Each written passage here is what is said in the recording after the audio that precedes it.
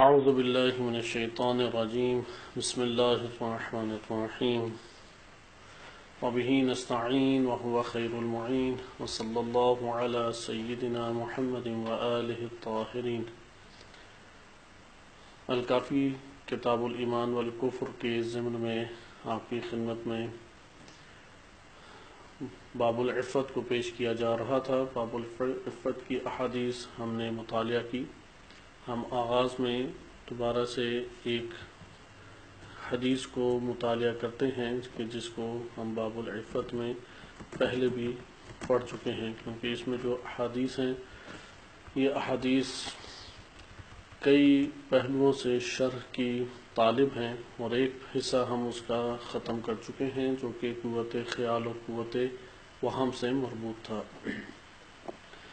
اس کے بعد آج ہم ایک اور پہلو اس کا مطالعہ کریں گے انشاءاللہ، لیکن اس سے پہلے حدیث کو مطالعہ کریں کہ صحیح سند روایت ہے۔ امام باقر علیہ السلام فرماتے ہیں: ما عبد اللہ بشیء افضل من عفت بطن و فرج۔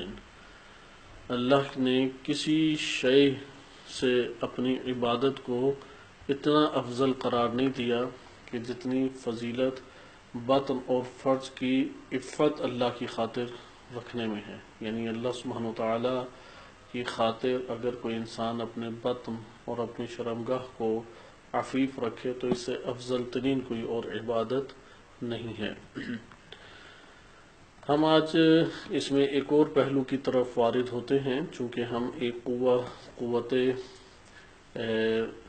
وہم کو مطالعہ کر چکے ہیں، کیونکہ باب العفت اہم ترین ابواب میں سے ہے۔ انسان عموماً اسی جانب سے شکست اپنے نفس میں کھا جاتا ہے، اور اللہ سبحانہ وتعالی کی طرف جو مراتب اور مقامات کا آگے چلنا ہے، اس کی طرف بڑھنا ہے، اس میں سب سے حائل رکاوٹ، سب سے بڑا مانع جو بنتا ہے وہ یہی قوت شہوانی، قوت غضبی، یہ امور بنتے ہیں۔ یہاں پہ ہم آج قوت محرکہ کا ایک اور چیپٹر احادیث کی روشنی میں شروع کر رہے ہیں اور اس کو مطالعہ کریں گے، اور اس طرح سے ہماری بحث جو ہے وہ عفت کے ضمن میں جو مختلف جوانب ہیں اس کے اعتبار سے ایک اجمالی طور پہ مکمل ہو جائے گی۔ چونکہ عفت کو برقرار کرنے کے لیے انسان کو اپنے وجود کے اندر مختلف طرح کے محاذ پر شیاطین سے لڑنا پڑتا ہے، اپنے نفس سے انسان کو جھگڑنا پڑتا ہے، شکست کھا جاتا ہے، پھر کھڑا ہوتا ہے، پھر فاتح بننے کی کوشش کرتا ہے۔ انسانی جسم جو ہے یہ ایک میدان ہے، اور نفس کی قوتوں کا آپس میں شدید ٹکراؤ ہے، اور اس ٹکراؤ میں اور مختلف انداز میں جو لشکر ان قوتوں کے ضمن میں آتے ہیں، ان کی ایک جنگ ہمیشہ جاری ہے۔ اگر نفس کی جنگ انسان جیت جائے، اسے جہاد اکبر سے تعبیر کیا گیا ہے، اور اگر انسان بیرونی دشمن کی جنگ کو جیت جائے یا جنگ لڑے، ہر دو صورتیں کہ وہ جو جہاد ہے یا جنگ ہے اسے جہاد اصغر سے تعبیر کیا گیا ہے، کیونکہ بیرونی دشمن سے لڑنا آسان ہے، بلکہ کہا جا سکتا ہے بیرونی دشمن سے بھی اسی وقت انسان لڑ سکتا ہے جب اندرونی دشمن سے انسان نے اپنے آپ کو بچا لیا یا اس کے اوپر قابو پا لیا۔ لہذا جہاد اکبر کی راہ میں ہمیں اس موضوع کا ایک اور جانب پڑھنے کا انشاءاللہ تعالی اس وقت موقع مل رہا ہے، اور وہ ہے کہ قوت شہویہ سے کیا مراد ہے۔ کیونکہ عفت کا مطلب ہم نے یہی پڑھا تھا حد اعتدال میں، یا اگر شرعی اصطلاح کو استعمال کریں کہ حلال دائرے میں رہتے ہوئے اپنی خواہشات نفسانی کو پورا کرنا، اپنی ضرورت شہوانی کو پورا کرنا، یہ عفت کہلاتا ہے۔ عفت کا ہرگز یہ مطلب نہیں ہوتا کہ انسان اپنی شہوات کو اصلاً ترک کر دے، یہ عفت نہیں ہے، کیونکہ یہ زہد کی طرف ایک معنی چلا جاتا ہے۔ عفت کا مطلب یہ ہے کہ شہوات کو پورا کرے لیکن حلال طریقے سے، یا شہوات کو پورا کرے لیکن عقل کے دائرے میں لاتے ہوئے، علم اخلاق کی اگر ہم زبان استعمال کریں۔ یا ہم یہ کہہ سکتے ہیں کہ شہوات کو انسان پورا کرے لیکن قرب الہی کی منازل کو طے کرتے ہوئے عرفان کی ایک زبان یہ بن جاتی ہے، لیکن معنی سب کا درمیان میں ایک ہی ہے، مقصد ایک ہی ہے، کیونکہ شرعی احکام کی جب رعایت ہے اور حلال دائرے میں شہوات کو انسان اپنے وجود میں پورا کرتا ہے تو یہ یقیناً اللہ کی اطاعت اور اس کے قرب کا باعث بنتی ہے۔ اس جگہ پہ اب ہم اس قوت محرکہ کو مطالعہ کرتے ہیں، کیونکہ قوت وہم، قوت خیال ہمارے سامنے آ گئی کہ قوت خیال وہ تصویر کشی کرتی ہے، اس کا کام ہی یہ ہے کہ معنی کی صورت گری کر دے، جو معنی اسے ملتا ہے اس کی ایک تصویر وہ بنا دیتی ہے، اسی معنی کے اعتبار سے بناتی ہے۔ یہ قوت خیال کو قابو کیا جا سکتا ہے، قابو کرنے سے مراد ہے یعنی اسے پاک کریں، اسے طاہر کریں، اسے نجس نہ ہونے دیں، کیونکہ نجس کریں گے تو نجس خیالات بنیں گے، نجس صورتیں بنیں گی، پاک رکھیں گے تو پاک تصورات بنیں گے۔ لیکن اس کے ہاتھ میں جو آئے گا وہ اللہ نے خلق اس طرح سے انسان کو کیا ہے کہ وہ قوت خیال اس کو معنی کو ابھار دے گی۔ قوت وہم جو صرف اور صرف معنی کو درک کرتی ہے، اور وہ معنی جو کہ صورت نہیں رکھتے، نہ مادہ رکھتے ہیں نہ صورت رکھتے ہیں، کہ سابقہ دروس میں اس کی تفصیل گزر چکی ہے۔ اچھا، یہ اس کو ہم نے نام دیا تھا قوت ادراکیہ، قوت مدرکہ۔ آج چونکہ ہم اب ایک نئی بحث میں داخل ہو رہے ہیں، لہذا اس کی ایک تمہید آپ کی خدمت میں پیش کی جائے اور پھر احادیث سے مطالب کو بہتر طور پہ انشاءاللہ تعالیٰ بتوفیق الہی سمجھ پائیں گے کہ قوت وہم کو آہستہ آہستہ اور چند پہلو سے تشریح آگے آئے گی، لیکن بار بار اس کے مطالب کو اپنے ذہن میں زندہ رکھیں، کیونکہ یہ خیال اور وہم یہ اس قوت محرکہ سے پہلے ہیں، کیونکہ حرکت انسانی وجود میں جنم نہیں لے سکتی جب تک وہ ایک چیز کے بارے میں جانے نہ، یعنی جب تک وہ درک نہ کرے، جب تک اس کو ایک شے کا پتہ نہ لگے۔ جب پتہ لگتا ہے تو تب شوق اور رغبت ہے، یا اس میں نفرت ہے اور دوری کا وہ ایک احساس پاتا ہے، یا دوری اختیار کرنا چاہتا ہے۔ لہذا قوت ادراکیہ قوت محرکہ سے پہلے ہے۔ ہم اس جگہ پہ ایک اور تقسیم جو علماء کرام نے ذکر کی ہے، بالخصوص حکمت مطالعہ اور عرفاء نے اس کو پھر ذکر کیا ہے، علامہ حسن زادہ عاملی رحمۃ اللہ علیہ کی ہی کتب سے آپ کی خدمت میں ذکر کیا جا رہا ہے۔ اگر آپ انسان کی نفس کی قوتوں کو مطالعہ کریں تو وہ ساری قوتیں 3 حصوں میں مجموعے بن جاتے ہیں، یعنی قوتوں کے مجموعے ہیں۔ پہلا مجموعہ قوت، دوسرا مجموعہ قوت اور تیسرا مجموعہ قوت، اور ان قوتوں کے مجموعے کے اعتبار سے ہی نفس کا نام بھی پڑ جاتا ہے، یعنی خود انسانی نفس کا نام انہی قوتوں کے مجموعے کے اعتبار سے پڑتا ہے۔ مجموعہ یعنی ایک جگہ پہ ایک قوتوں کا ہمارے پاس بالفرض بنڈل ایک قوتوں کا آ جاتا ہے، اس کے بعد دوسری قوتوں کا ایک بنڈل ہے، اس کے اندر کئی قسم کی قوتیں، لیکن یہ دوسری قسم میں شمار ہو رہی ہیں، اور ایک تیسری قسم کا ہمارے پاس قوتوں کا بنڈل ہے کہ یہ تیسری قسم جو ہے یہ بھی اسی طرح انسانی نفس کے ساتھ وہی قوتوں کا تعلق رکھتی ہے، اور ان تینوں میں ہر بنڈل یا مجموعے کے اعتبار سے انسانی نفس کا نام پڑ گیا۔ مثلا پہلی قوت ہے کہ جس کو قوت نباتیہ کہا گیا، اسی سے نفس نباتی بن جاتا ہے۔ نبات کہتے ہیں کہ جو زمین پر اگنے والی چیزیں ہیں وہ نشو و نما تو پاتی ہیں لیکن ارادے کے ساتھ حرکت نہیں کر سکتی، ارادے کے ساتھ وہ متحرک نہیں ہو سکتی، اس کو کہتے ہیں نبات۔ اب نباتیہ قوتیں، اس کو ہم نفس نباتی کہہ دیں گے جو صرف اس دائرے میں زندگی بسر کر رہا ہے، یا نفس کا یہ پہلو یہ نفس نباتی کہلاتا ہے۔ اس کے بعد دوسرا جو بنڈل ہمارے پاس قوتوں کا آتا ہے یا مجموعہ آتا ہے، یہ قوتوں کا مجموعہ حیوانی کہلاتا ہے، اس اعتبار سے نفس حیوانی نام پڑ جاتا ہے۔ اور تیسرا ہمارے پاس قوت ہے، اس کا مجموعہ وہ انسانی کہلاتا ہے، ادھر سے اس کو کہتے ہیں نفس ناطق انسانی یا ناطق انسانی۔ نفس ناطقہ بھی خالی اس کو بولا جاتا ہے. جب نفس ناطقہ کہا جائے یہ تیسرے سطح کے اوپر پہنچا ہوا وہ نفس ہے یا وہ والی خصوصیات اس کی پیش نظر ہیں. بس انسانی نفس کے اندر نباتی قوتوں کا بھی مجموعہ موجود ہے، حیوانی قوتوں کا مجموعہ بھی موجود ہے، اور نفس ناطقہ جو اس کو بقیہ دو سے جدا کر دیتا ہے، ممتاز کر دیتا ہے، بالا اسے کر دیتا ہے، اسے نفس ناطقہ کہتے ہیں. اس کا بھی قوتوں کا مجموعہ موجود ہے. نباتی کا بھی آگے ابھی اس کی مزید تقسیم آتی ہے قوتوں سے کیا، لیکن ادھر ہمیں ایک اور بات کو جاننا ضروری ہے. آج ہم اس بحث میں زیادہ داخل نہیں ہوں گے، لیکن اگلے درس کو انشاءاللہ مطالعہ اس میں کریں گے. ادھر قوت سے کیا مراد ہے، یعنی نفس کی قوت سے کیا مراد ہے. قوت کا لفظ نفس کے اعتبار سے دو معنی میں استعمال ہوتا ہے. ہم ابھی سرسری اجمالی طور پہ پڑھیں گے تاکہ ہم قوت محرکہ کو تھوڑا بیان کر سکیں.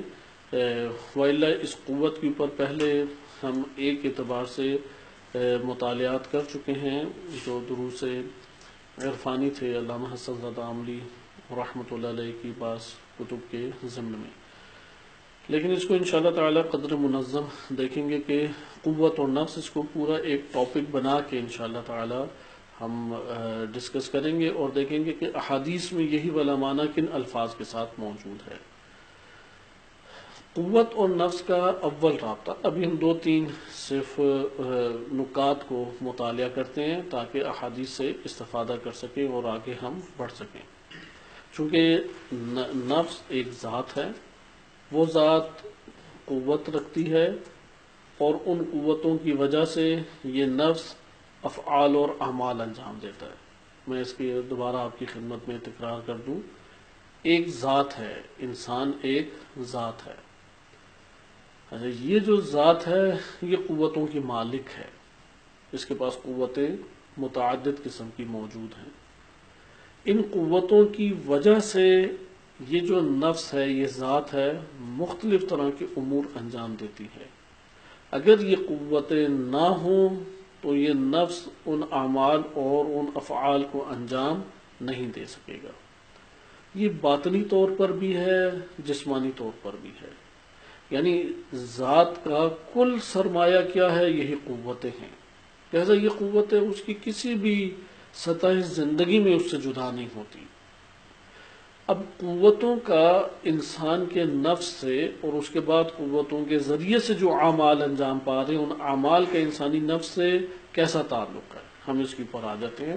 قوتوں کو انشاءاللہ تعالی اپنے طور پہ مطالعہ کریں گے. ہم اپنے موضوع کے تحت اس ٹاپک کو چونکہ لے کے چل رہے ہیں، اس لیے ہم مختلف طرح کے انتخاب کے طور پہ ہم قوتوں کی بحث کو آپ کی خدمت میں ذکر کیا جا رہا ہے. جیسے پہلے قوت وہم پڑھ لی، کیونکہ عفت کا حصول قوت خیال اور وہم اور شہوت، ان دو کو سمجھنے کے بعد انسان کی عملی دنیا میں کنٹرول کرنے کے اوپر ہے. لیکن انسان اپنی ہستی کو جانے تو صحیح کہ وہ اس جگہ پر اس کے ساتھ انجام کیا پاتا ہے. کیونکہ ہم قوت وہم کے ضمن میں یہ بحث پڑھ چکے ہیں کہ شیاطین سے ارتباط کیسے ہوتا ہے. اب ہو جاتا ہے لیکن کیسے ہوا، اب ہمیں الحمدللہ یہ پتہ لگ گیا. ٹھیک، شکست کھا گئے، گر گئے، شکار بعض اوقات ہو گئے، لیکن چونکہ اب ہمیں سسٹم کا پتہ لگ گیا ہے جو اللہ سبحانہ وتعالی نے خلق فرمایا ہے ان احادیث کی برکت سے، تو انسان دوبارہ کھڑا ہو سکتا ہے، اپنے نقص کو دور کر سکتا ہے، دوبارہ سے ایک قدرت اپنے اندر حاصل کر کے پھر فاتح ہو سکتا ہے. جس طرح سے یہ محاورہ موجود ہے، گرتے ہیں شاہ سوار ہی میدان جنگ میں، یعنی جو شاہ سوار ہوتا ہے وہی میدان جنگ میں گرتا ہے. ایسا گرنا ٹھیک ہے، ایک قباحت اور ایک نقص اور ایک ضعف رکھتا ہے، لیکن خوبی یہ ہے کہ وہ دوبارہ کھڑا ہو جاتا ہے. یہ جو خوبی ہے دوبارہ کھڑا ہونے کی، یہ ایک اہمیت کی حامل ہے. اگرچہ اس سے بہتر صورت یہ تھی کہ وہ نہ شکار ہوتا، افضل ترین صورت یہ تھی، لیکن ٹھیک ہے، غلبہ یہ جو حرارت ہے شہوت کی، یا یہ جو ایک انتہائی تیز طغیانی ہے غضب کی، یہ انسان کو کئی دفعہ شکست دے بیٹھتی ہے اور جانتا ہے کہ کہاں پہ خطائیں ہوئی انسان کی. یہ بہت بڑی چیز ہے کہ اگر وہ جان لے. اس لیے بعض مراحل میں ندامت کو ہی توبہ کہا گیا ہے. اب توبہ کی یہ مراحل ہیں، ہم اپنے اندر انسان دعویٰ بڑا کرتا ہے، اپنے آپ کو ابتدائی مراحل کا ہی قرار دے، کیونکہ جس کا دعویٰ کرتا ہے وہ آزمائش بھی انسان پہ پڑتی ہے، اور اس دعوے میں اللہ سبحانہ و تعالیٰ کی مدد، اس کی عنایت اور اس کے الطاف کے بغیر نکلنا اصلاً ممکن ہی نہیں ہے۔ 1% بھی احتمال نہیں ہے کہ وہ اللہ تعالیٰ کی رحمت اور الطاف کے بغیر ساری معلومات رکھتے ہوئے نکل بھی سکے، ایسا ممکن نہیں ہے۔ لہذا جو بچتا ہے وہ بھی اللہ تعالیٰ کے الطاف کی وجہ سے ہے، جو شکار ہوتا ہے وہ اللہ تعالیٰ کی رحمت سے دوری کی وجہ سے ہے۔ وہ رحمت سے جتنا قریب آ جائے گا اتنا اپنے آپ کو محفوظ کرتا چلا جائے گا۔ لیکن یہ عمل جو انجام پا رہا ہے کہ گرا، شکست کھائی اور شیطان نے پٹخ کے زمین پہ مارا، اس نے پھر توبہ کی، لیکن ابھی توبہ کیے ہوئے چند گھنٹے گزرے، وہ پھر شکست کھائی، پھر وہ توبہ کی، کھڑا ہوا، پھر شکست کھائی۔ وہ لڑتا رہے اپنے نفس سے اور نہ تھکے، اگرچہ یہ بڑا قلق انسان کو ملتا ہے اور بڑی تلخی ایجاد ہوتی ہے، ابھی تو توبہ کی تھی اور پھر میں شکار ہو گیا۔ اس کا یہ مطلب ہے کہ میں اندر سے بہت ہی پست اور ضعیف اور حقیر ہوں، نہیں میں ان لوگوں میں شمار ہو سکتا کہ جو اپنے شہوات یا اپنے غضب سے لڑ لیں، نہیں میں ان افراد میں شمار ہو سکتا جو عفیف ہو جائیں۔ ہاں اگر اپنے نفس کی بنیاد پر ہے تو واقعی کوئی بھی نہیں ہو سکتا، پھر تو کوئی اصلاً کسی بھی ہستی کو لیں اپنے نفس کی اساس پر نہیں ہو سکتی، جب تک انسانی نفس کا تعلق وہ اللہ سبحانہ و تعالیٰ سے قائم نہیں ہوتا، اس اصل سرچشمے کے ساتھ قائم نہیں ہوتا، کوئی بھی نہیں بچ سکتا، معصوم ہو یا غیر معصوم ہو۔ اللہ تعالیٰ سے ہٹ کر اپنے نفس کی اساس کے اوپر کچھ بھی نہیں ہے، کیونکہ یہ نفس اگر اس عظیم سرچشمے سے تعلق توڑ دے تو اندھیرے کے علاوہ اور عدم کے علاوہ کچھ بھی نہیں ہے۔ اس لیے جو کچھ بھی ہے وہ اللہ تعالیٰ کی طرف سے عنایت ہے انسان کو۔ لہذا انسان اپنے نفس میں وہ کون سا کمال تلاش کرنے کی کوشش کرتا ہے، وہ کون سی قوت تلاش کرنے کی کوشش کرتا ہے کہ وہ اگر ان اللہ سبحانہ و تعالیٰ کی الطاف اور اس کی رحمتوں سے اور اس کی خصوصی عنایات سے کٹ کے اپنے ہی دوش اور اپنے ہی سبب وہ کامیاب ہونا چاہے، تو اصلاً کوئی مورد ایسا موجود نہیں ہے۔ قرآن کریم نے بھی اس کو ذکر کیا ہے کہ حضرت یوسف علیہ السلام اگر وہ اللہ کی برہان نہ دیکھتے تو ممکن ہے کہ شکار ہو سکتے، البتہ وہاں پہ شہوت کا شکار ہونے کا خدشہ نہیں تھا۔ روایات نے بیان کیا انہوں نے قتل کا ارادہ کر لیا تھا کہ میں زلیخا کو قتل کروں گا کہ اگر وہ اب آگے بڑھی، لیکن شہوت کے بعد غضب اور غضب کی بھی حدود ہیں، تو یہاں پہ اللہ کی برہان انہوں نے دیکھی کہ یہ مورد نہیں ہے کہ تم اسے قتل کرو، کیونکہ تدبیر اللہ تعالیٰ کی آگے تک تھی، یعنی تدبیر خداوند متعال وہ تدبیر جانتا ہے، عبد کے ہاتھ میں نہیں ہے کہ جیل یعنی ایک کنویں کے بعد اس سے بھی بڑا کنواں اس کا شکار حضرت یوسف علیہ السلام نے ہونا تھا اور اس کے بعد بادشاہت کا ملنا تھا۔ جو الہی الطاف ہیں وہ انہی کنووں سے گزرتے ہوئے انسان کو ملتے ہیں، وہ انہی کنووں میں جا کے گرتا ہے اپنی استقامت کی وجہ سے، لیکن ان کنووں کے اندر، ان گڑھوں کے اندر انسان اپنے وجود کے نہیں اللہ تعالیٰ سے ربط کو توڑتا، اور یہی پھر ذات الہی انسان کو سرداری عطا فرماتی ہے، اپنے نفس کے اوپر حکومت اور ریاست کے اوپر بالاتری عطا فرماتی ہے۔ تو یہ تمام گفتگو میں یہ پہلو ہمارے پیش نظر رہنا چاہیے کہ یہ معلومات ہمیں اتنا تو فائدہ دے گی کہ ہم نظام الہی کو سمجھ سکیں، مقابلہ کرنے کی اس معلومات کی اساس پہ قوت حاصل کریں، نہ امید نہ ہو، گریں پھر اٹھیں، پھر گریں پھر اٹھیں، یہاں تک کہ ایک وقت آ جائے گا کہ اگلا دشمن ہمارا شکست کھا جائے گا، اب اتنی قوت آ گئی ہے، گر گر کے شکار ہو کے اور اللہ تعالیٰ کے سامنے آہو بکا کر کر کے تضرع کر کر کے کہ اب اندر ایک انرجی آ گئی ہے، اب اتنے آرام سے شکست نہیں کھائے گا۔ اس لیے اس حوالے سے ایک روایت آپ کی خدمت میں عرض کی جاتی ہے کہ ہماری معتبر احادیث میں یہ شمار ہوتی ہے کہ امام صادق علیہ السلام وہ فرماتے ہیں کہ ان اللہ یحب من عبادہ المفطن التواب، معتبر احادیث میں یعنی تمام کے تمام راوی بہت جلیل القدر ہیں، الکافی اور دیگر کتب میں بھی یہ وارد ہوئی ہے۔ ابو بصیر کہتے ہیں کہ میں نے امام صادق علیہ السلام سے دریافت کیا، پوچھا کہ اللہ عز و جل کے اس فرمان کا کیا معنی ہے، یا ایھا الذین آمنوا توبوا الی اللہ توبۃ نصوحا، کہ ایمان لانے والو اللہ کی طرف توبہ کرو، توبہ نصوح کرو۔ نصوح کلمہ خود قابل بیان ہے، توبہ نصوح۔ امام علیہ السلام نے فرمایا توبہ نصوح کیسے کہتے ہیں، توبہ کی قسمیں ہیں کہ اے ایمان لانے والوں کون سی توبہ کرو، توبہ نصوح هو الذنب الذي لا يعود فيه ابدا، وہ گناہ جس کا انسان شکار ہوا اور اس کو پھر اس طرح ترک کیا کہ اپنی زندگی میں دوبارہ اسے ادا ہی نہیں کیا، کبھی لوٹ کے اس گناہ کی طرف نہیں آیا، اس توبہ کو کیا کہتے ہیں، توبہ نصوح۔ تو ابو بصیر نے آگے سوال کیا، کیونکہ یہ بھی بہت ایک مشکل مرحلہ ہے، انسان گناہ کرتا ہے پھر توبہ کرتا ہے، اب دوبارہ وہ گناہ نہ کرے، بہت بڑی عنایت ہے اللہ تعالیٰ کی، عنایت کے بغیر یہ مرتبہ کسی کو بھی حاصل نہیں ہو سکتا، اس کو خدا کی بارگاہ میں زحمت اور مشقت اٹھانے پڑے گی، لیکن ایک توبہ نصوح مرتبہ ہے کہ دوبارہ وہ گناہ اس سے صادر نہیں ہوا بارگاہ الہی میں۔ لیکن اب ہم عام افراد وہ گناہ کرتے ہیں، ابھی چند منٹ یا گھنٹے بھی نہیں گزرتے پھر اس کا شکار ہو جاتے ہیں۔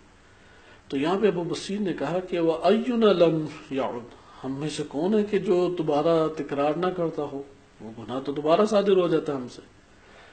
تو امام صادق علیہ السلام نے فرمایا کہ ٹھیک، اب توبہ نصوح کے مرحلے پہ نہیں اگلا شخص آئے گا جو تکرار کر رہا ہے، لیکن ایک اور مرحلے کو بیان کیا اور فرمایا یا ابا محمد، یہ ابو بصیر کی کنیت ہے، ان اللہ یحب من عبادہ المفطن التواب، اللہ کو اس بندے سے محبت ہے کہ جو ان فتنوں میں دوبارہ گرفتار ہوتا ہے اور پھر توبہ کرتا ہے۔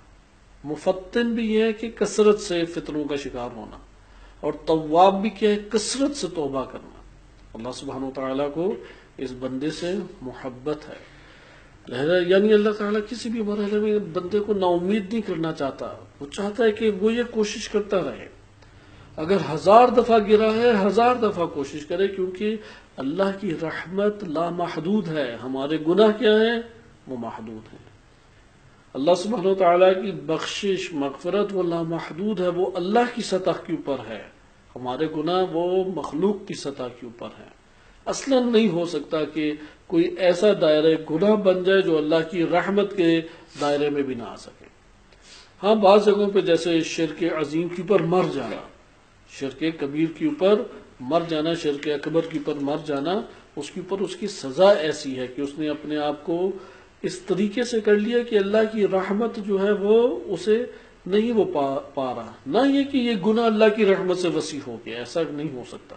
رحمت الہی وہ لامحدود ہے، ہر قسم کا گناہ وہ محدود ہے، لیکن کیوں یہ رحمت الہی کو ادھر نہیں لے سکا؟ اس کی مثال ایسی ہے کہ ایک بہت بڑی آبشار بہہ رہی ہے اور اس کے سامنے شیشے کا جگ ہے، اب جگ اپنی وسعت کے مطابق بھر جائے گا، لیکن وہ رحمت تو بحر بے کرام بہہ رہا ہے۔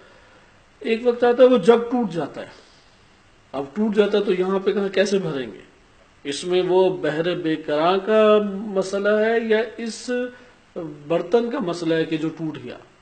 ادھر نقص اس برتن میں ہے کہ وہ اب اس قابل نہیں رہا کہ اس رحمت سے استفادہ کر لے، وَإِلَّا اللہ کی رحمت سے کبھی بھی بزرگ کوئی شے وجود نہیں رکھتی، اصلاً کوئی ایسی چیز نہیں ہے۔ لہذا اب ہم اس ٹاپک کے اوپر دوبارہ لوٹیں کہ تاکہ یہ بات ہمیں معلوم ہو کہ یہ معلومات ہمیں ایک طرفہ فائدہ دیں گی، یعنی یہ ظاہر ہے معلومات، باطن ہر شے کا وہ اللہ تعالیٰ سے تعلق قائم کرنا ہے، لیکن اس ضمن میں ہمیں دشمن شناسی، دشمن کے محاذ کا علم ہونا، اس کے ساتھ ٹکراؤ میں اپنے ضعف کا پتہ لگنا، ضعف کو دور کرنے کی کوشش، اس دنیا میں سب سے بہترین عمل انہی بھاگ دوڑ میں اور انہی کوششوں میں ہے۔ جیسے کہ علامہ طباطبائی رحمۃ اللہ علیہ، علامہ حسن زادہ عاملی رحمۃ اللہ علیہ بزرگان اپنی گفتگو میں بار بار یہ بیان فرماتے ہیں کہ خود سازی سے بڑھ کر کوئی اہم ترین کام انسان کی زندگی میں وجود نہیں رکھتا. یعنی جتنے بھی اہم ترین، حتیٰ کسی کی جان بچانے کی حد تک کیوں نہ ہو، جتنے بھی اہم ترین کام ہیں ان میں سب سے زیادہ اہمیت کا حامل کام کون سا ہے؟ اپنی روح کو موت سے بچانا، اپنی روح کو جہنم سے بچانا. لہذا یہ ہے کہ خود سازی سے بڑھ کر کوئی کام نہیں ہے، تہذیب نفس سے بڑھ کر، تزکیہ نفس سے بڑھ کر کوئی بھی اہمیت کا حامل کام نہیں ہے. نہ بچوں کی تربیت، نہ پرورش، نہ گھر میں کما کے لانا. یعنی ترتیب اگر بنائے تو مقصود یہ نہیں ہے کہ وہ اہم ترین کام نہیں ہے تو انہیں ترک کر دیا جائے، نہیں ہے. اگر لسٹ بنائی جائے، انسان چونکہ سب سے اہم ترین کام میں اتنا حساس ہوتا ہے، وہ کرتا سارے اہم کاموں کو انجام دیتا ہے انسان اپنی روٹین لائف میں، لیکن جو سب سے اہم ترین کام ہوتا ہے اس میں کمپرومائز کسی سے نہیں کرتا، حساس اس کی طرف زیادہ ہوتا ہے، اس کی رغبت اختیار کرتا ہے، اسے بار بار انجام دینے کی کوشش کرتا ہے. یعنی سستی اور غفلت نہیں برتتا اس کام سے. مقصود اصل یہ ہے. لہذا اگر کسی کام سے بالکل غفلت اور سستی نہیں برتنی چاہیے، وہ واحد ایک کام یہ ہے کہ اپنے تزکیے اور اپنے خود سازی سے غفلت نہ برتے. لہذا یہ چیز ہمیں ابھارتی ہے کہ ہم خود سازی اور تہذیب نفس کرنے کے لیے ان معلومات اور ان مجموعہ ہدایات سے، اہل بیت علیہ السلام کی نورانی کلمات سے جو ہمیں میسر آ رہی ہیں، استفادہ کریں. آئے اب ہم دوبارہ اپنے اس نفس کی قوتوں کی طرف منتقل ہوتے ہیں.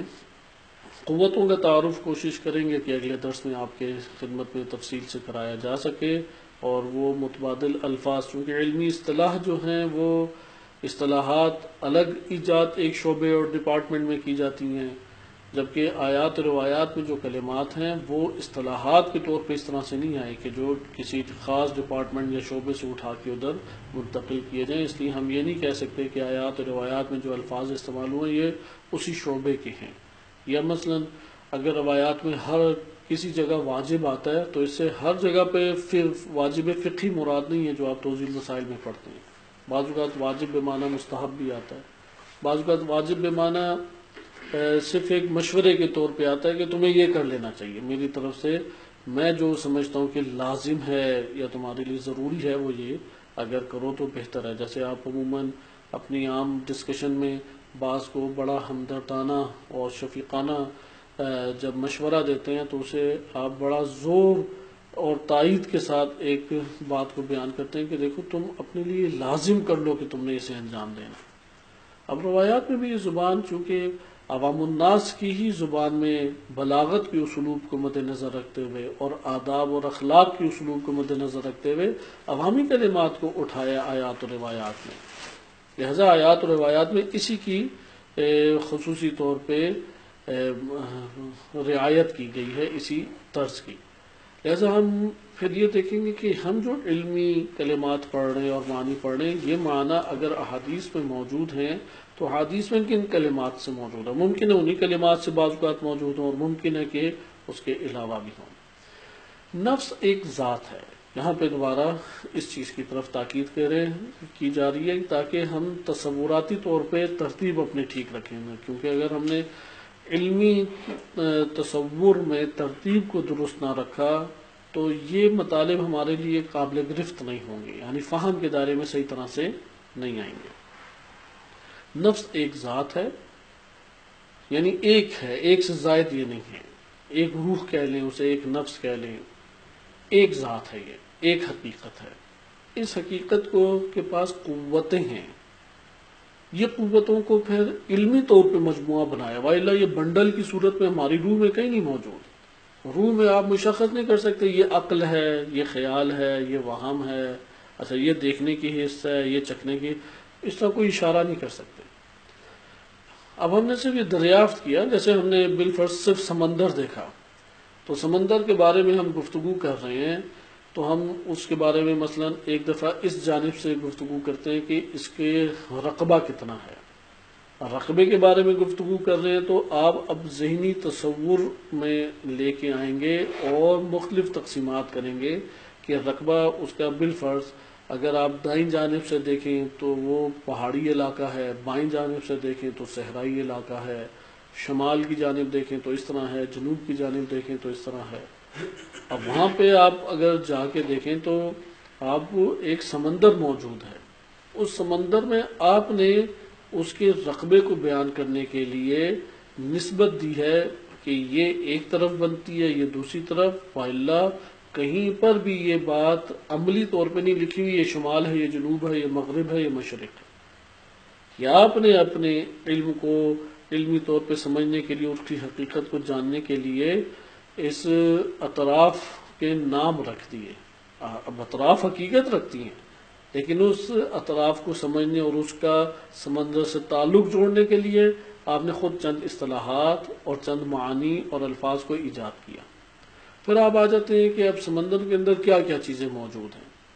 اب آپ سمندر میں کہتے ہیں کہ اس کا نیلا پانی ہمیں نظر آتا ہے، لیکن لازم نہیں ہے کہ وہ ہمیشہ نیلا ہو، خاکی بھی ہو سکتا ہے، سبز بھی ہو سکتا ہے، اور اس کی وجوہات یہ ہیں۔ اب یہاں پہ جب آپ گفتگو کر رہے ہیں تو معین سمندر کی جگہ نہیں ہے، اچھا وہ جو شمال کی جانب وہ جگہ ہے اس پانی کی بات کر رہا ہوں، وہ جو جنوب کی طرف ہے اس نہیں، ایک سمندر کی بات کر رہے ہیں۔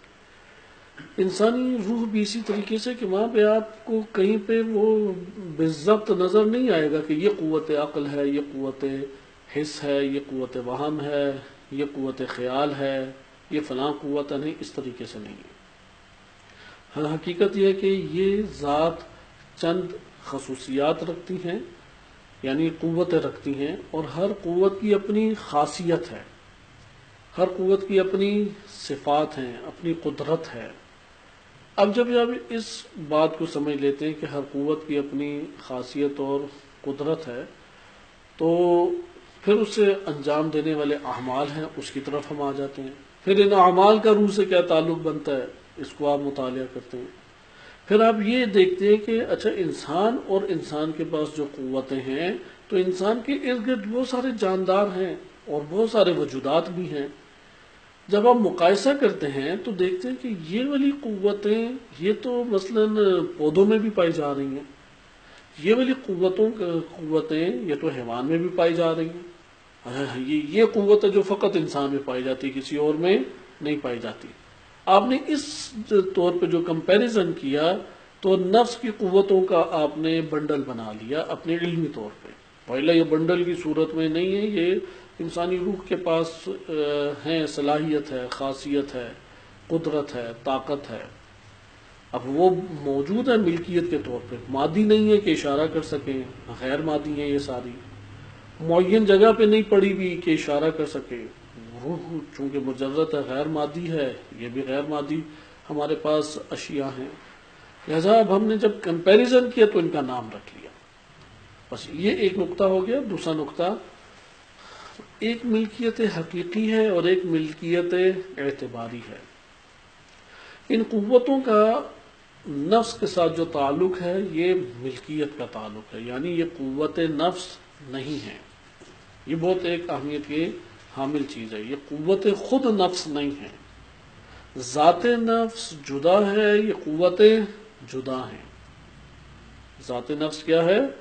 الگ ہے، اور یہ قوتیں الگ ہیں، کیونکہ یہی وہ بحث ہے علامہ حسن زادہ عاملی رحمۃ اللہ علیہ نے بھی اپنی کتب میں بیان کی ہے، اور ان روایات کا مجموعہ وہ لے کے من عرف نفسہ عرف ربہ، جو ان معلومات کو اپنے غور و فکر کے ساتھ صحیح نہیں جان سکتا وہ رب کو بھی نہیں جان سکتا۔ لہذا نفس کو دقت کے ساتھ جانا جائے، اس کے نتیجے میں کیا ہوگا؟ رب کو ہمیں معرفت و شناخت ہونے لگ جائے گی، یعنی نفس اپنے نفس کو انہی حوالوں سے، یہ ذات کا قوتوں سے تعلق، قوتوں کے ذریعے سے اعمال کا پھر نفس سے تعلق، اگر اس کو صحیح طریقے سے ہم جان لیں تو ہمارے سامنے رب العالمین کی بھی معرفت حاصل ہونا شروع ہو جائے گی۔ اس میں صرف ایک پہلو میں آپ کی خدمت میں عرض بھی کر دیتا ہوں۔ مثلا یہ قوتیں ہیں، اول یہ جاننے کے قوتیں اور نفس کیا ہیں، حقیقت کیا ان کی جدا ہے، ایک نہیں ہے یہ، یعنی میری آنکھ کی حس اور میری ذات دونوں ایک نہیں ہیں۔ نفس مالک ہے، یہ مملوک ہے، یعنی نفس آقا ہے، یہ اس کے ہاتھ میں اس کی ملکیت ہے، غلام ہے بالفرض۔ مالک کے پاس جو ملکیت ہوتی ہے وہ مملوک کہلاتی ہے۔ اب ذات کے پاس ذات ہے، تو اب ادھر دوئی یا جدائی پیدا نہیں کر سکتے، لیکن قوت اس طرح سے ہے کہ ذات مالک ہے اور یہ قوتیں کیا ہیں؟ مملوک۔ لیکن ہر مالک اور مملوک میں ملکیت کا جب تعلق ہوتا ہے تو دو قسم کا ہے، ایک ملکیت حقیقی ہے اور ایک ملکیت اعتباری ہے۔ یعنی نفس کا ہی قوت سے تعلق ہے، یہ قوت مملوک ہے، لیکن یہ کس نوعیت کی ملکیت ہے جو نفس کے ہاتھ میں ہے؟ ملکیت اعتباری اور حقیقی میں تقسیم یہ ہے کہ وہ ملکیت جو مالک سے جدا ہو جائے، وہ مملوک جو مالک سے جدا ہو جائے، یہ اعتباری ہے ملکیت۔ اور وہ ملکیت جس میں مالک سے مملوک کبھی بھی جدا نہیں ہوتا، کبھی بھی جدا ہو ہی نہیں سکتا کسی بھی مرحلے میں، سوائے ایک ذہنی تصور کی صورت میں، ایک ذہنی خیال کی صورت میں یا ایک علمی تصور کی صورت میں، حقیقتاً کبھی جدا نہیں ہوتا، اسے کہتے ہیں ملکیت حقیقی۔ انسان کا بہت ساری چیزوں سے جو تعلق ہے وہ ملکیت اعتباری ہے، یعنی اس سے وہ جدا ہیں، حقیقت میں صرف ایک نسبت موجود ہے، جیسے میرا مکان، میرا گھر، میرا لباس، میرے بیوی بچے، میرا موبائل، میری گاڑی، یہ ساری کی ساری نسبتیں کیا ہیں؟ یہ نسبتیں اعتباری ہیں، کیونکہ انسان سے جدا ہو جاتی ہیں، انسان سے جدا پڑی ہیں، سب نسبت ہے۔ لیکن بعض ایسی چیزیں ہیں کہ جو کبھی بھی نہیں جدا ہونے والی انسان سے، وہ کسی بھی مرحلے میں جدا نہیں ہوتی، وہ کون سی ہیں؟ یہی قوتیں۔ نفس اور قوتوں کا تعلق ملکیت حقیقی کا تعلق ہے، کبھی اس سے جدا نہیں ہوں گی۔ انسان جب عمل انجام دے دیتا ہے اور اس انجام دہی کے نتیجے میں جو حاصل ہوتا ہے وہ ملکیت حقیقی ہے، کبھی جدا نہیں ہوگا۔ جیسے یہ اس لیے عمل کے اوپر بہت تاکید شریعت میں وارد ہوئی ہے۔ عمل کا نتیجہ جو ہے، عمل کا جو اثر ہے، وہ کیا بن جاتا ہے انسان کے لیے؟ ملکیت حقیقی ہے، کبھی بھی جدا نہیں ہوگا۔ اس لیے اچھا عمل ہمیشہ کی اچھائی انسانی نفس کے اندر آباد کرے گا، اس کا اثر ہمیشہ، چونکہ ملکیت حقیقی ہے، ملکیت حقیقی کبھی بھی جدا نہیں ہوتی۔ اور برا عمل وہ ایسا برا اثر ایجاد کرے گا کہ وہ اس سے کبھی جدا نہیں ہوگا۔ ہاں البتہ یہ ضرور ہے کہ اس کی ملکیت کی دورانیہ کس نوعیت کا، لیکن اس کے ساتھ ایک تعلق اس طرح سے قائم ہوگا۔ یعنی اعمال کی نوعیت یہ جو ذکر کی جا رہی ہے، یہ بعد از موت ہے، قبل از موت اس اثر کو مٹانے کی آپ کے پاس فرصت موجود ہے، ایک شفاعت کا نظریہ اپنی جگہ موجود ہے، لیکن یہ عمل تاثیر کے اعتبار سے کیا بننے کی صلاحیت رکھتا ہے؟ وہ ملکیت حقیقی بنتا ہے۔ بعض اوقات تو ایسا ہے کہ وہ ملکہ اگر بن جائے، وہ عمل اتنا صلاحیت کر جائے، وہ پھر ملکیت حقیقی سے آگے بڑھ کے خود ذات نفس بن جاتا ہے اور خود حقیقت نفس بن جاتا ہے۔ بالکل اسی طرح جیسے آپ غذا کھاتے ہیں، اب غذا جسم سے جدا چیز ہے، آپ نے کھائی، آپ نے جب کھائی معدے میں گئی، معدے نے اسے ٹکڑے ٹکڑے کیا اور خون کی ایک سواری کے اوپر اسے سوار کیا، اور خون نے پورے جسم کے اعضاء کے اندر ایک ایک ذرے کو خوراک کے پہنچایا، اب بھی جدا ہے۔ لیکن ایک وقت آتا ہے کہ وہ آپ کی جلد کا حصہ بن گیا، ہاں اس جگہ پہ اب وہ جدا نہیں ہے، وہ عین ذات اس جگہ پہ بن گیا۔ لہذا عمل بھی اسی طرح سے ترقی انسانی وجود میں کرتا ہے۔ خلاصہ کلام یہ آپ نے دیکھا قوتوں کا انسانی نفس سے تعلق باطن کے اندر کیسا ہے۔ اس لیے انسان کی ظاہری آنکھ اس سے جدا ہو سکتی ہے، لیکن قوت بصارت جدا ہو سکتی ہے؟ نہیں۔ انسان کے کان بہرے ہو سکتے ہیں، لیکن قوت سماعت وہ کبھی بھی اس سے جدا نہیں ہو سکتی، وہ ہمیشہ اس کے ساتھ ہے، ہمیشہ اس کے پاس ہے۔ استعمال کرے نہ کرے یہ الگ چیز ہے، لیکن ہمیشہ اس کے پاس اور اس کے ہمراہ ہے۔ یہاں پہ علامہ حسن زادہ عملی بڑا ایک ظریف نقطہ بیان فرماتے ہیں کہ جو ربط اور تعلق انسانی نفس کا انسانی قوتوں کے ساتھ ہے، وہی تعلق اللہ سبحانہ وتعالیٰ کا اپنی مخلوق کے ساتھ ہے۔ یعنی مخلوق اللہ تعالیٰ کی ملکیت حقیقی ہیں، کبھی اللہ سے جدا نہیں ہوں گی، چاہے جنت ہو یا جہنم ہو۔ کسی مورد میں اللہ سبحانہ وتعالیٰ سے اس کی خلقت جدا نہیں ہے۔ اب ہیں وہ مملوک، ہیں وہ عباد، ہیں وہ غیر اللہ، لیکن اللہ سے جدا بھی نہیں ہیں۔ دوسرا اس میں اہم نقطہ کہ یہ جو نفس اور قوتوں میں قوتوں کو جو حیثیت نفس کے پاس حاصل ہے، اللہ سبحانہ و تعالیٰ کی نظر میں فرشتوں کی اللہ سے وہی حیثیت حاصل ہے۔ یعنی انسان کی جو قوتیں ہیں، اسی طریقے سے جہان کے اندر اللہ سبحانہ و تعالیٰ نے اپنی قدرت کے جو نمونے رکھے ہیں وہ فرشتے ہیں۔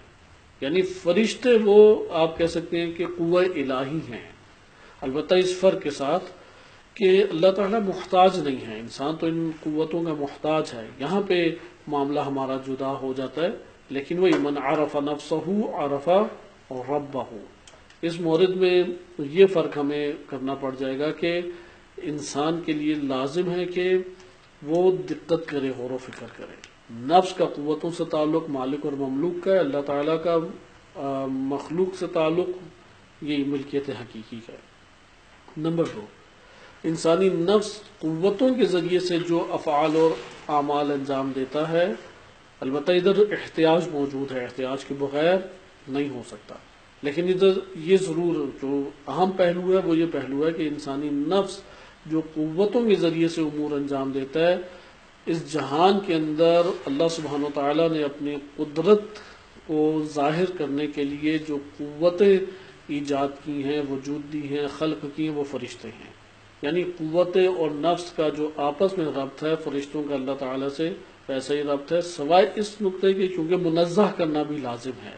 سبحان اللہ اسی لیے کہا جاتا ہے، تسبیح اسی کا نام ہے کہ کہیں پہ وہ جو مخلوقات کے نقائص اور عیوب ہیں وہ نسبت نہ اللہ تعالیٰ سے پا جائے، صرف کمال کا پہلو ہم نے اللہ تعالیٰ کی طرف نسبت دے سکتے ہیں۔ لہٰذا یہاں پہ انسانی نفس ان قوتوں کا محتاج ہے، اس کے بغیر وہ اصلاً کچھ کر نہیں سکتا، لیکن اللہ سبحانہ و تعالیٰ کسی فرشتے کا محتاج نہیں ہے۔ مثلا فرشتوں کو کہا کہ اس کے سارے اعمال لکھو، لیکن عبد پڑھتا ہے کہ یا ستار العیوب یا ستار العیوب، اللہ سبحانہ و تعالیٰ کے اسم الہی ستاریت سے ربط قائم کر لیتا ہے، وہ فرشتے کو بھی اللہ خبر نہیں ہونے دیتا۔ اب اللہ تعالیٰ اور بندے کا معاملہ ہے، فرشتے بھی حیران ہے کہ یہ تو بہت بڑا ڈیٹا موجود تھا اس فائل میں، یہ سارے کا سارا ڈیٹا پاک کیسے ہو گیا، صاف کیسے ہو گیا، حیران پریشان ہے۔ لہذا یہ ہے کہ اللہ تعالیٰ بے نیاز ہے، محتاج نہیں ہے۔ یہ ہمارے پاس ایک پہلو قوتوں کے عنوان سے آیا، انشاءاللہ تعالی ہم آگے بھی اس کو مطالعہ کریں گے۔ اب آئیں ہم قوتوں کا معنی کیا ہے۔ قوت کا ایک معنی تو یہ ہوتا ہے کہ وہ انسان کے اندر قدرت یا طاقت جس کی وجہ سے وہ ایک عمل انجام دے لیتا ہے، اس کے اعصاب کے اندر جو حرکت کو ایجاد کرتا ہے، یہ بھی بلا شک و شبہ قوت کا معنی اپنی جگہ پر موجود ہے۔ البتہ اس کو قوت حیوانی سے بھی بعض کا تعبیر کیا جاتا ہے۔ یہ معنی آیا ادھر پیش نظر ہے، یا قوت کا ایک مطلب ہے جو فعل کے مقابلے میں ہے، ایک ہے بالقوہ اور ایک ہے بالفعل۔ بالقوہ یعنی استعداد کا ہونا، صلاحیت کا ہونا، قابلیت کا ہونا، اگرچہ عملی طور پہ ابھی وہ حاصل نہیں ہوئے، عملی طور پہ میں اس کو کارمد نہیں کر سکا، عملی طور پہ اسے میں ایکٹیو نہیں کر سکا، فعال نہیں کر سکا، یوز نہیں کر سکا، استعمال نہیں کر سکا، لیکن صلاحیت ہے میرے پاس۔ مثلا انسان کے پاس بالفرض یہ صلاحیت موجود ہے کہ وہ روز ایکسرسائز کرے، یعنی تیز تیز پاؤں کو چلائے، لیکن اس صلاحیت کو بھی نہیں استعمال کر سکا، سستی ہے، غفلت ہے، مصروفیت ہے، کوئی بھی وجہ ہو سکتی ہے، لیکن نہیں استعمال کی۔ اب اس کا نہ استعمال کرنا اس بات کی دلیل کیا ہوتی ہے کہ اس کے بعد صلاحیت نہیں ہے؟ یقیناً نہیں، یہ بات عقلاً و وجداناً یہ بات باطل ہے کہ نہیں، ضروری نہیں ہے کہ ایک چیز استعمال نہ ہو تو وہ اس کے پاس موجود نہیں ہے، ہو سکتا ہے ایک چیز موجود ہو لیکن اس نے اسے استعمال نہ کیا ہو۔ اسی طریقے سے یہاں پر ہے کہ یہاں پہ قوتوں کا کون سا معنی ہے؟ پہلا معنی نہیں سازگار ہمیں لگتا کہ جو انسان کو ایک عمل کی طرف دھکیل دے۔ ادھر جب ہم کہہ رہے ہیں نفس اور اس کی قوتیں، تو یہاں پہ مراد نفس کی قوتوں سے مراد فقط یہ نہیں ہے، اگرچہ یہ کسی مرحلے میں یہ مراد ہوتی ہے، ابھی ہم آگے جیسا کہ پڑھیں گے، کیونکہ ہم جو قوت محرکہ پڑھ رہے ہیں اس میں تو یہی ایک معنی آئے گا بھی، لیکن جب ہم نفس اور سب قوتوں کے مجموعے کو نفس سے ایک ربط دے رہے ہیں، نسبت دے رہے ہیں، اور مقایسہ کرتے ہوئے نفس اور اس کی قوتوں کے درمیان جو ہم تعلق ہے اس کو مد نظر رکھتے ہوئے اگر ہم دیکھیں تو ادھر ہماری مراد ہے کہ نفس کے پاس صلاحیت ہے، نفس کے پاس قابلیت ہے، نفس کے پاس استعداد ایبلٹی موجود ہے، اب استعمال کرے نہ کرے یہ آگے کی بات ہے، لیکن اس کے پاس یہ ملکیت کے طور پر موجود ہے. جیسے بہت ساری چیزیں آپ کے پاس ملکیت کے طور پہ موجود ہے، آپ نے نکال کے یوز کی یا نہیں کی. لہٰذا یہاں پہ اس قدر ابھی ہم توقف کرتے ہیں، اب آگے بڑھتے ہیں. نفس کی قوتوں کے جو مجموعے بنے ان میں سے ایک مجموعہ ہے قوہ نباتیہ. قوہ نباتیہ تقریباً 4 یا 5 حصوں میں تقسیم ہوتی ہے. آپ اس کو نوٹ کر لیں.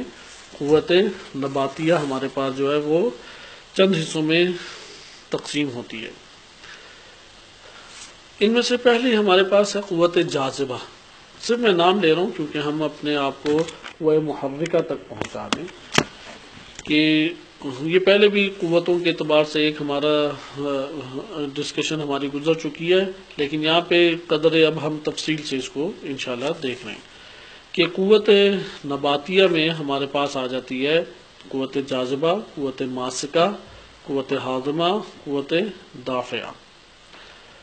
اچھا، اس کے بعد ہمارے پاس ایک آتا ہے مجموعہ قوت مدرکہ. قوت جو نباتیہ ہے اس سے نفس نباتی سامنے آتا ہے، اور بھی پھر اس کے ضمن میں ہیں. ابھی ہم مزید تفصیل میں نہیں جاتے، اگلے درس میں انشاءاللہ تفصیلاً پڑھیں گے. ابھی قوت محرکہ تک پہنچائیں. مثلا ہم نے چونکہ 3 حصوں میں ان سب قوتیں انسان کی جتنی بھی ہیں 3 حصوں میں تقسیم کر دی. یہ ایک قوت انسان کے پاس کی ہے قوت نباتیہ، دوسری کی ہے قوت حیوانیہ، اور تیسری قوت نفسانیہ یا نفس ناطقہ، قوہ نفس ناطقہ. قوہ نباتیہ مثلا یہی قوت غازیہ ہے، غذا سے ہی ہے، کیونکہ نباتات غذا لیتی ہیں، اسے ہضم کرتی ہیں، اس میں سے بہت ساری چیزیں دفع کرتی ہیں یعنی دور نکالتی ہیں، فاضل مواد نکالتی ہیں، مولدہ ہیں، پیدا کرتی ہیں، چیزوں کو تولید کرتی ہیں. یہ ساری نباتات میں موجود ہیں.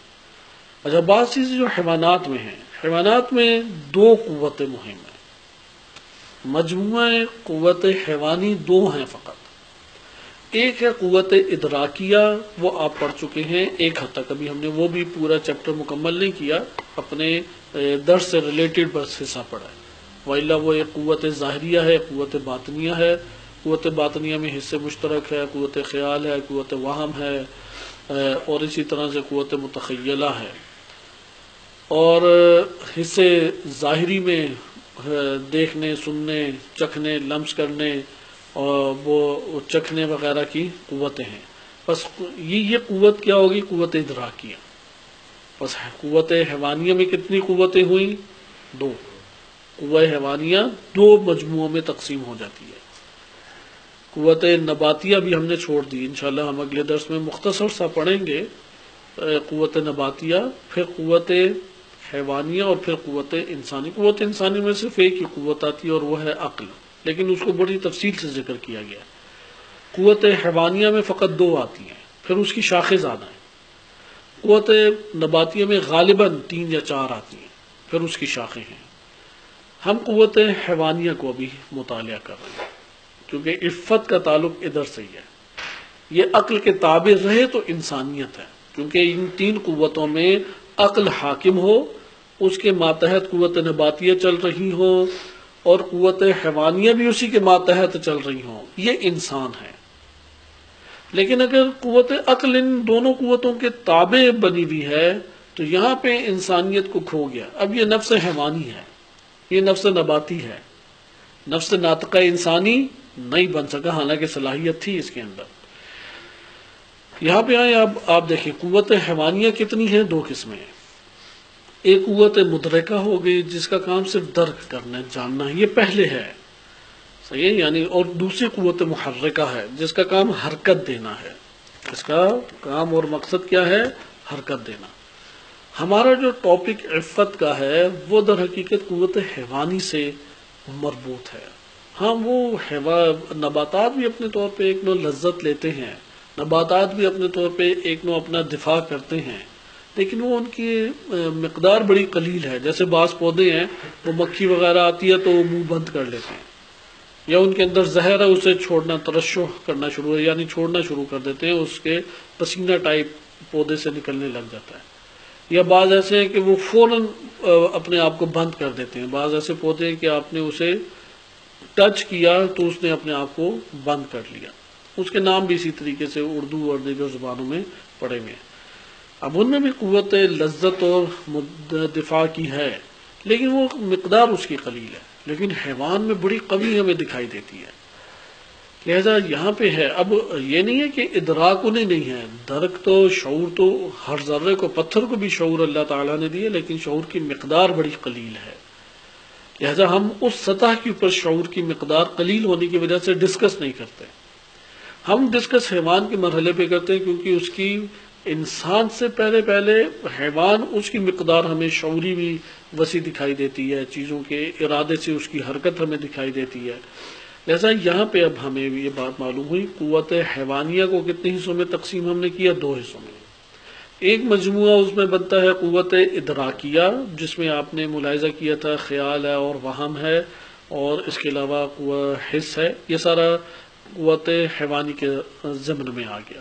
ہے انسان کی ملکیت ہی، انسانی نفس کے پاس ہی ہیں، لیکن ہم نے نام سمجھنے کے لیے، چونکہ ہم نے جب مقایسہ کیا اپنے نفس سے باہر تو دیکھا یہ تو حیوانوں میں بھی پایا جاتا ہے، حیوانات بھی اس کے مالک ہیں، تو ہم نے ان کا نام قوت حیوانیہ رکھ دیا تاکہ وہ جو صرف انسان سے مختص امر ہے اسے جان سکیں.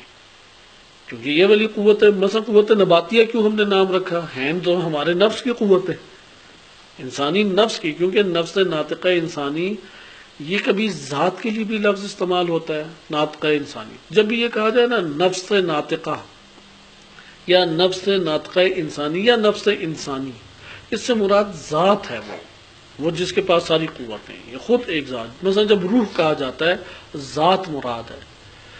اچھا، اب ان کے پاس قوتیں ہیں، ہاں نفس کے پاس قوتوں کا ایک مجموعہ ہے، وہ ہم نے دیکھا وہ تو پودوں میں، گھاس پھوس اور نباتات اور ان میں پائی جاتی ہیں. ہم نے ان قوتوں کے مجموعے کا نام کیا علمی طور پہ رکھ دیا؟ وہ ہے نباتیہ. ایک ہم نے دیکھا کہ حیوانوں میں پائی جاتی ہیں، قوتیں ہماری ہیں، ہمارے پاس ہیں، ہم اس کے مالک ہیں، لیکن یہی والی قوتیں کم و بیش ضعف اور قوت کے ساتھ وہ حیوانوں میں بھی پائی جاتی ہیں. ہم نے کہا کہ یہ اس جگہ پہ تو ہم مشترک ہیں حیوانوں کے ساتھ، اس لیے اس کا نام ہم نے کیا رکھ دیا؟ قوت حیوانی. ایک ہم نے دیکھا کہ وہ نہ حیوانوں میں ہے، نہ پتھروں میں ہے، نہ نباتات میں ہے، وہ ان میں سے کسی بھی خلقت میں نہیں پائی جاتی، وہ فقط اور فقط انسانی نفس کے اندر پائی جاتی ہے. اس کو ہم نے کہا کہ یہ وہ مختص ہے نفس ناطقہ، وہ ہے قوت عقل. ہم قوت عقل کو انشاءاللہ اپنے مورد میں مطالعہ کریں گے. باب العفت کے بعد جب ہم اگلا باب شروع کریں گے اور اس سے مربوط جب بحث آئی تو اس میں ہم تفصیل کے ساتھ پڑھیں گے کہ قوت عقل جو انسان کے پاس باعنوانی قوت موجود ہے، کیونکہ عقل ایک دفعہ ذات کو بھی کہتے ہیں، کیونکہ عقل کے معنی، عقل کا استعمال، لفظ عقل کا استعمال مختلف طرح سے آیا ہے، جیسے خود کلمہ نفس کا استعمال مختلف طرح سے آیا ہے. ہم بعض اوقات ایسا ہوتا ہے کہ ذات انسان جو ساری قوتوں کی مالک ہے، اس مالک ذات کو بھی بعض اوقات عقل کہہ دیا جائے، اگرچہ استعمال قلیل ہے لیکن ہے استعمال کتب میں ہمارے، حتیٰ کہ بعض اوقات احادیث میں بھی ہمیں ایسا دکھائی دیا جاتا ہے. لیکن یہاں پہ ہم قوت کے اعتبار سے پڑھیں گے. جب ہم مطالعہ کریں گے تو وہاں پہ ہمارے مقصود کیا ہے؟ وہ نفس جو کہ مالک ہے، اس کا ایک مملوک کیا ہے، اس کی ایک ملکیت کیا ہے؟ قوت عقل. اس عنوان سے انشاءاللہ تعالی ہم اپنے مرحلے میں پڑھیں گے. یہاں پر ہمارے پاس پیش نظر کیا ہوا کہ قوت حیوانی 2 طرح کی تھی. ایک قوت ادراکیہ ہوگی، اس نے درک کرنا، جاننا. درک کرنا یعنی جاننا، معلومات کا ہونا انسان کے پاس.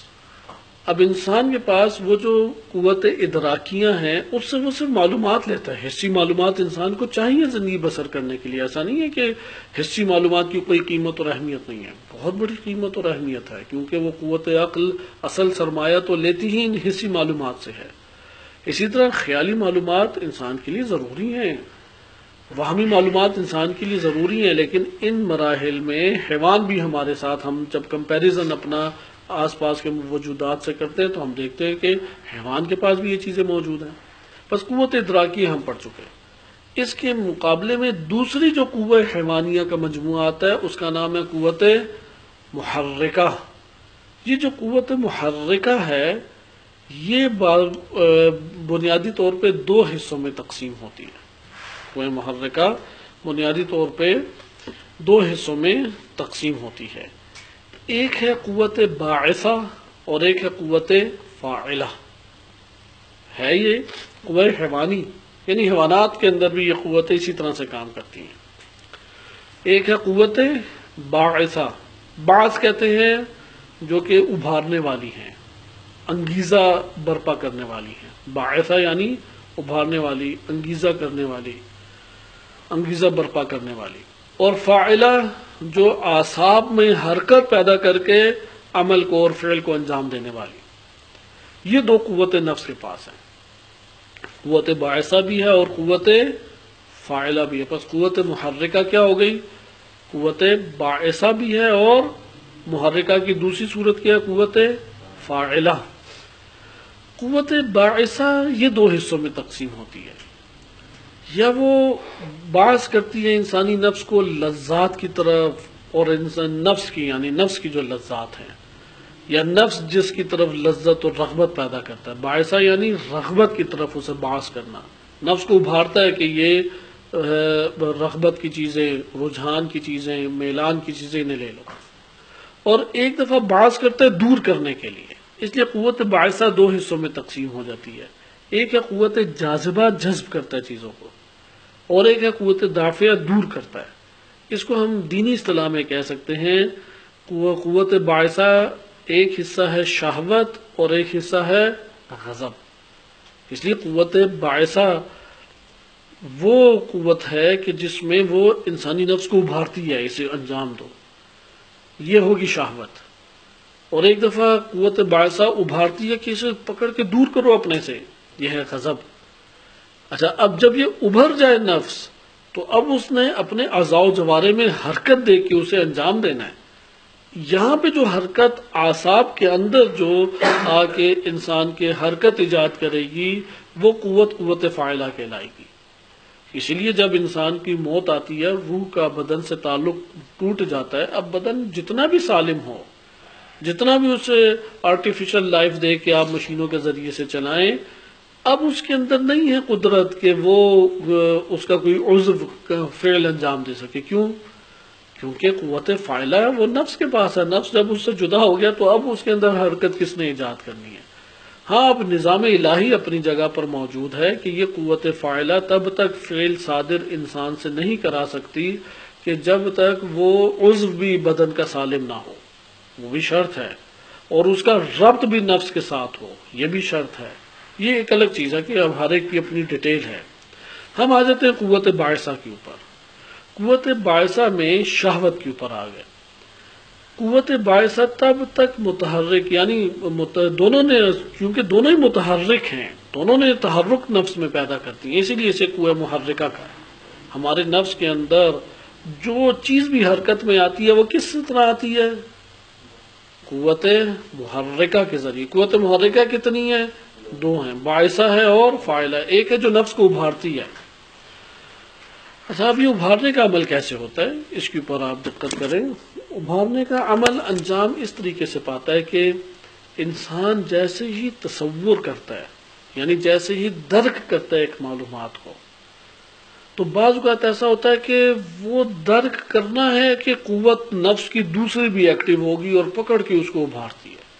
مثلا بعض اوقات ایک لذیذ چیز کا صرف معلومات ہونا، مثلا شدید بھوک لگی ہوئی ہے، اب یہ قوت نباتیہ سے، بھوک اور غذا اور ان کا تعلق قوت نباتیہ سے ابھی ہم نے نہیں پڑھا، بہرحال بھوک لگی ہے، آپ گھر آتے ہیں، آپ فقط خوشبو سونگھتے ہیں۔ اب یہ جو سونگنا ہے، ناک کے جو مسام ہیں یا مشام ہیں، انہوں نے آپ کو، روح کو، آپ کے نفس کو باخبر کیا کہ یہ بہترین غذا بنی ہوئی ہے۔ جیسے ہی باخبر ہوئے، جیسے ہی اس کا تصور ابھرا، جیسے اس کی معلومات ملی، فوراً دوسری قوت نے انسانی نفس کو پکڑ کے دھکیلا کہ جاؤ اس کو تم کھاؤ، جاؤ اس کو تم لذت کو حاصل کرو، جاؤ اپنی ضرورت کو پورا کرو۔ اب جب اس نے باعث کیا تو یہاں پہ ایک اور قوت متحرک ہو گئی، اور وہ قوت فاعلہ ہے کہ اس نے کہا کہ اب ہاتھ بڑھاؤ، ہاتھوں کے اندر پھر حرکت آئی، زبان میں حرکت آئی، لعاب دہن جو ہے وہ خود بخود بننے لگ گیا، اور نگلنے کے لیے مادہ پورا کا پورا ایک سسٹم اندر یہ برپا ہوتا ہے صرف اس ارادے کے ذریعے. آپ نے ارادہ اور بدن میں تحرک، ان دونوں کا اتنا گہرا تعلق ہے. مثلا انسان اگر غور و فکر کر کے کھائے وہ گلے میں حلق میں نوالا پھنس جائے گا. آپ یہ تجربہ کر سکتے ہیں. آپ مثلا سوچیں کہ اچھا میں خود اب لے کے جاتا ہوں اپنے ارادے غور و فکر تفکر کے ساتھ، وہ حلق میں پھنس جائے گا. لیکن اگر آپ اس کو اپنی اس قوت کے اوپر چھوڑ دیں کہ یہ جو قوت فاعلہ ہے اس کے اوپر نفس کو چھوڑ دیں، تو آپ دیکھیں گے کہ خود ساری کی ساری راہ ہموار ہوتی ہے. زبان تر ہو جائے گی، حلق جو ہے وہ تھوڑا سا کھل جائے گا کہ ادھر سے نوالا گزرے، اور خوراک کی نالی، پانی کی نالی اپنی اپنی جگہ پوری کی پوری آمادہ ہو کے تیار ہو کے بنا لیں گی. معدہ اپنے اندر ترشح کرنے لگ جائے گا، مختلف عناصر کو برپا کرنے لگ جائے گا کہ اسے پکڑے. ہضم والے جو عناصر ہیں وہ ادھر گردش کرنے لگ جائیں گے اور متحرک اور ایکٹیو ہو جائیں گے، اور آپ نوالا کھائیں گے. اب آپ نوالا کھائیں تو وہ ایک چکی اندر چل رہی ہوتی ہے جو پیس رہی ہے چیزوں کو دانت کی صورت میں. آپ غور و فکر سے اس کو چلانا شروع کر دیں تو آپ دیکھیں گے کہ بار بار زبان دانتوں میں آنے لگ جائے گی. لیکن اگر آپ اپنی اس قوت فاعلہ کے اوپر اسے چھوڑ دیں تو آپ دیکھیں گے اتنی تیز تیز آپ چبائیں گے، اور خطرناک ترین چیزوں کے درمیان نرم ترین انسانی جسم کا سب سے نرم ترین حصہ، وہ سب سے خطرناک ترین چیزوں میں اللہ نے رکھا ہے. زبان سب سے نرم ایک عضو ہے، لیکن کتنی خطرناک چیزوں میں رکھ دیا کہ جو برے طریقے سے کاٹ دیتی ہیں. لیکن آپ نے اپنی اس قوت فاعلہ کے اوپر اس کو چھوڑ دیا تو آپ دیکھیں گے کہ زبان دانتوں میں نہیں آ رہی. وہ دانت اپنا کام کریں گے. چونکہ زبان اگر اسی وقت لعاب ایجاد نہ کر رہی ہو تو وہ نیچے کی طرف نہیں جائے گا. زبان تیزی سے لعاب ایجاد بار بار کر رہی ہے. حلق جو ہے وہ اسی طریقے سے نیچے کی طرف لا رہا ہے، اور لذت بھی فقط حلق میں ہے. اور رگیں اس طرح سے نظام ایک اللہ تعالیٰ نے رگوں کا بچھایا ہوا ہے. وہ رگیں ٹیسٹ کو بڑے باریکی کے ساتھ انسان کے معدے اور حلق سے پیوست کرتے ہوئے غذا کو نیچے لاتی ہیں. یہ آپ نے دیکھا، یہ قوت فاعلہ ہے. اب قوت فاعلہ کی تفصیل میڈیکل ہمیں بتا سکتا ہے، ہمارے دائرے بحث سے باہر ہے. یہ میڈیکل اب ہمیں بتائے گا کہ اعصاب کا تعلق ان قوتوں کے ساتھ کیسا ہے، اور وہ پھر اور میڈیکل بھی تعلق کو نہیں ایجاد کرتی، بتاتی. وہ یہ بتاتی ہے کہ جب ارادہ انسان کر لے اور صحت حاصل ہو تو یہ باڈی کیسے کام کرتی ہے. اتنا ہی یہ میڈیکل بتائے گی. اس سے پیچھے والے مراحل ان کی بحث سے ہی باہر ہیں. ہم آ جاتے ہیں قوت باعثہ کے اوپر. قوت باعثہ میں غضب کو بھی ہم ترک کرتے ہیں، جداگانہ طور پہ پڑھیں گے. آ جائے قوت شہوانی. اب شہوت جو ہے انسان کے وجود میں، وہ لذت کا احساس وہ موجود ہے، وہ ایک جداگانہ طور پر موجود ہے وہم اور خیال سے. وہ معلومات لے کے آتا ہے، اس کو خیال کو کیا پتا کہ اندر کیا آگ نفس کے لگ جانی ہے. وہم کو کیا خبر کہ ابھی کیا میں نے جو تصور اس کے خبر پہنچائی ہے، اس کے اندر کیا ایک طوفان برپا ہو جانا ہے. لیکن نفس کو یہ پتا ہے کہ نفس کے پاس جو یہ شہوت موجود ہے، یعنی قوت باعثہ موجود ہے. یہ قوت باعثہ کتنی خطرناک ہے. یعنی یہ پیٹرول ہے جس کے اوپر ہلکی سی آنچ بھی آئے تو اس نے جل کے بھڑک اٹھنا ہے.